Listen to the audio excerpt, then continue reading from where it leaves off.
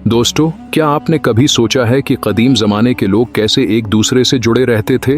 वो कौन सी सड़कें और रास्ते थे जिन्होंने दुनिया को एक छोटे से गांव की तरह आपस में मिलाया हुआ था?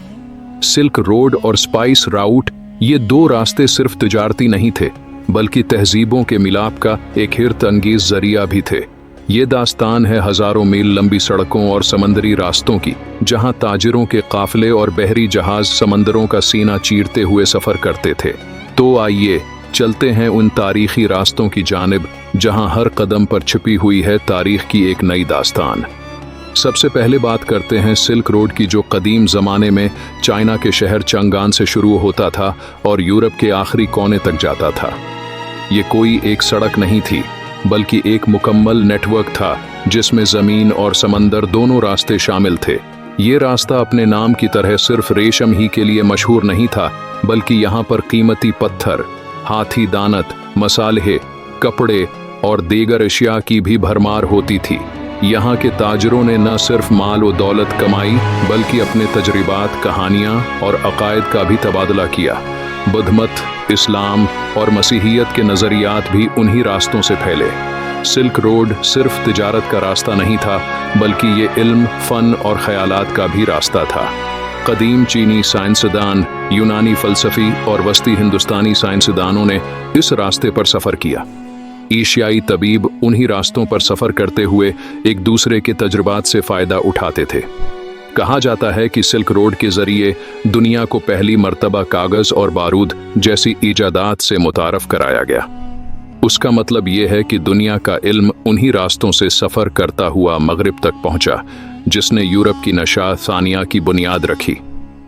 अब आते हैं स्पाइस राउट की तरफ, जो मसालों की खुशबू से महकता हुआ रास्ता था। ये रास्ता बुनियादी तौर पर समंदरी था और ये हिंदुस्तान, श्रीलंका, इंडोनेशिया और मलुका जज़ायर से शुरू होकर यूरोप और मशरिक वस्ती तक पहुंचता था। ये रास्ता भी सिर्फ तिजारत के लिए नहीं था, बल्कि लोगों को एक दूसरे के करीब लाने का जरिया था। मसाले जैसे दारचीनी, लौंग, जायफल, ज़ाफ़रान और काली मिर्च इन ज़मानों में सोने के भाव बिकते थे।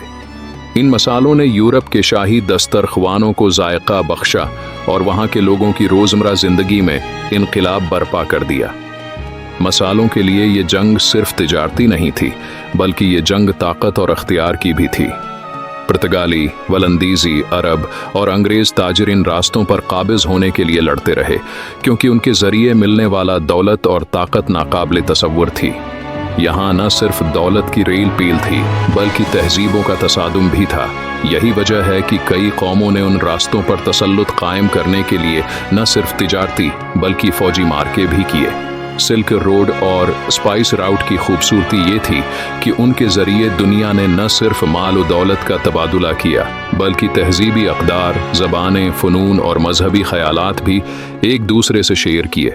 आज के दौर में जिसे हम ग्लोबलाइजेशन कहते हैं, उसकी जड़ें उन्हीं कदीम रास्तों में पिवस्ता हैं। ये कदीम रास्ते ही हैं जिन्होंने दुनिया के बासियों को पहली मरतबा एक दूसरे की खुशबू, जायके और आवाज़ों से मुतारफ़ कराया।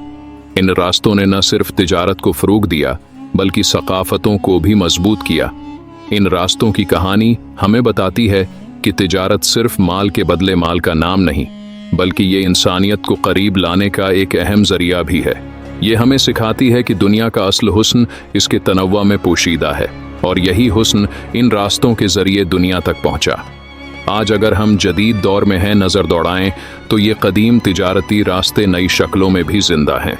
जदीद शिपिंग लाइंस, रेलवेज और हवाई रास्ते उन्हीं कदीम रास्तों की तजदीद हैं।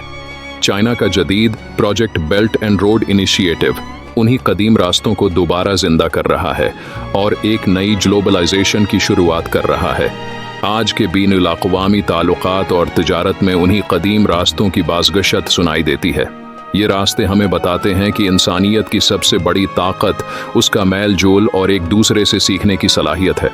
अगर आपको ये सफ़र पसंद आया हो तो हमारी वीडियो को लाइक और शेयर ज़रूर करें, और मज़ीद दिलचस्प कहानियों के लिए हमारे चैनल को सब्सक्राइब करें। आज के लिए बस इतना ही, मिलते हैं अगली वीडियो में। तब तक के लिए खुदा हाफिज़।